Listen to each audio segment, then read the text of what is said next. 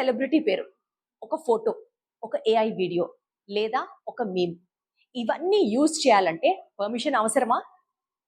సెలబ్రిటీస్కి వాళ్ళ name, face మీద legal rights ఉంటాయా? కోర్ట్స్ ఎందుకు ఇప్పుడు పర్సనాలిటీ రైట్స్ గురించి బ్యాక్ టు బ్యాక్ ఆర్డర్స్ ఇస్తున్నాయి? ఇవాళ అదే టాపిక్ గురించి మాట్లాడదాం. Personality rights petitions. సెలబ్రిటీస్ హక్కుల మీద courts clear stand and detail గా మాట్లాడుకుందాం. ఈ మధ్యలో సోషల్ మీడియాలో అసలు ఏం జరుగుతోంది?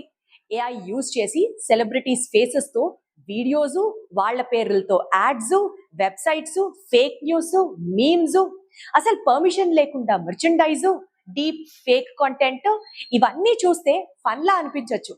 బట్ బ్యాక్గ్రౌండ్ లో ఉన్న ట్రూత్ ఏంటి అంటే ఇది లీగల్ వైలేషన్. అందుకనే ఇప్పుడు చిరంజీవి గారు, ఎన్టీఆర్ గారు ఇంకా చాలా మంది సెలబ్రిటీస్ కోర్ట్స్ ని అప్రోచ్ అవుతున్నారు. ఇది కేవలం సెలబ్రిటీస్ వరకే కాదు, రేపు ఇది కామన్ పీపుల్ వరకు కూడా రావచ్చు.